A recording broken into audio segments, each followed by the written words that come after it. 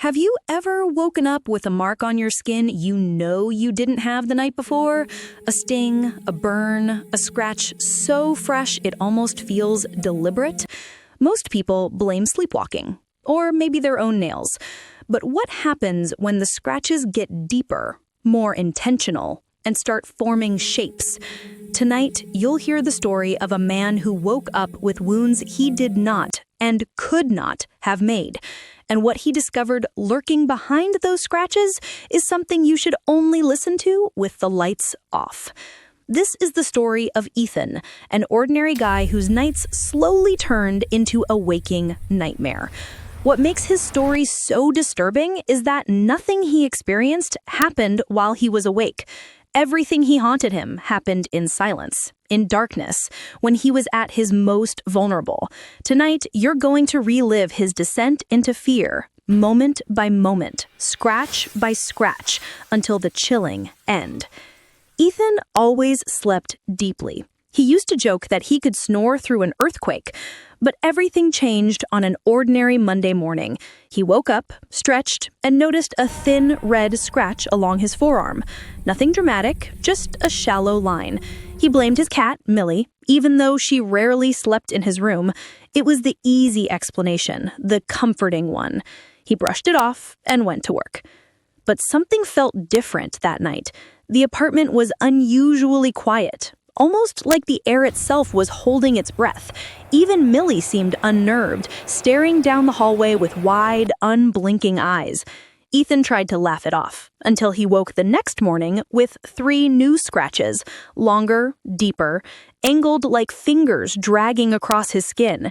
He stared at them in disbelief, telling himself he must have done it somehow, but deep down he knew he couldn't have. Over the next few nights, Ethan noticed something unsettling. He wasn't dreaming at all. Every night was just darkness, sleep so heavy he couldn't remember drifting off. Yet every morning, the scratches were worse. One day, he found a long scrape across his back, fresh, bright red, and impossible for him to reach. Millie hissed when he tried to inspect it in the mirror. That's when he decided to set up a camera. A simple baby monitor he had lying around. He positioned it to face his bed, checked the red recording light, and went to sleep. The next morning, he woke in pain. 5 new scratches burned across his ribs. His heart pounded as he grabbed the camera. The footage stopped at exactly 3:17 a.m. No movement, no noise, nothing. Just static and a frozen frame of him lying still.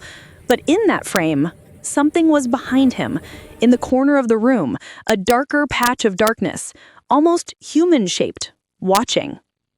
Ethan tried to laugh it off, but the kind of laugh that trembles at the edges. Over the next week, he became desperate.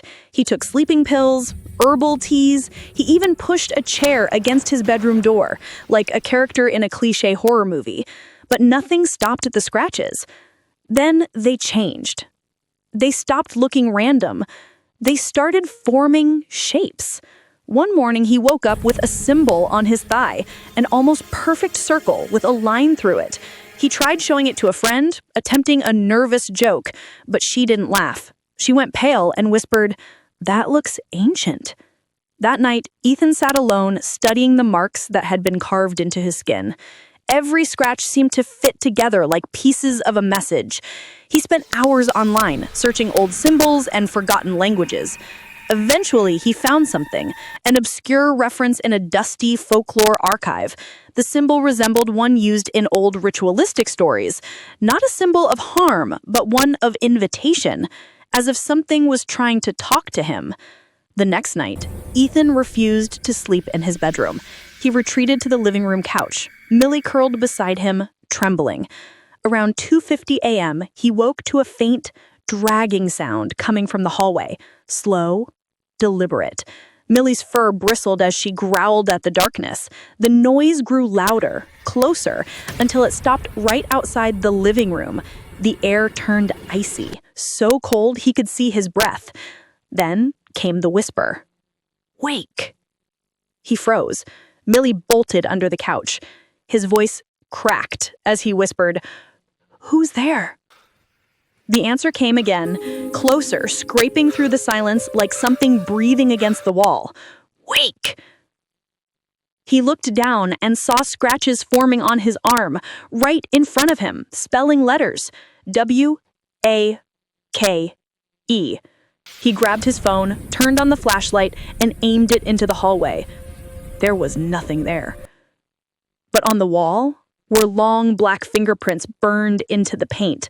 Too tall, too thin, too wrong to be human. Ethan finally broke. He barricaded himself in the living room. He stayed awake for hours. But exhaustion always wins. Around 4 a.m., he nodded off without meaning to. When he opened his eyes, he wasn't on the couch. He was in his bed. The lights were off. And he couldn't move. Sleep paralysis crushed him like invisible weight. Something shifted in the darkness above. Two long, shadowed hands clung to the ceiling above him, fingers spread unnaturally wide. They slid down the wall, slow and silent, until they hovered inches above his chest. He felt claws, light at first, drag across his skin, not attacking, tracing, completing the symbol. He forced his hand to move just enough to grab his phone. He turned on the flashlight and aimed it at the figure. The moment the light touched it, the shadow vanished, gone instantly, like it had never been there. But the symbol carved into his chest was complete.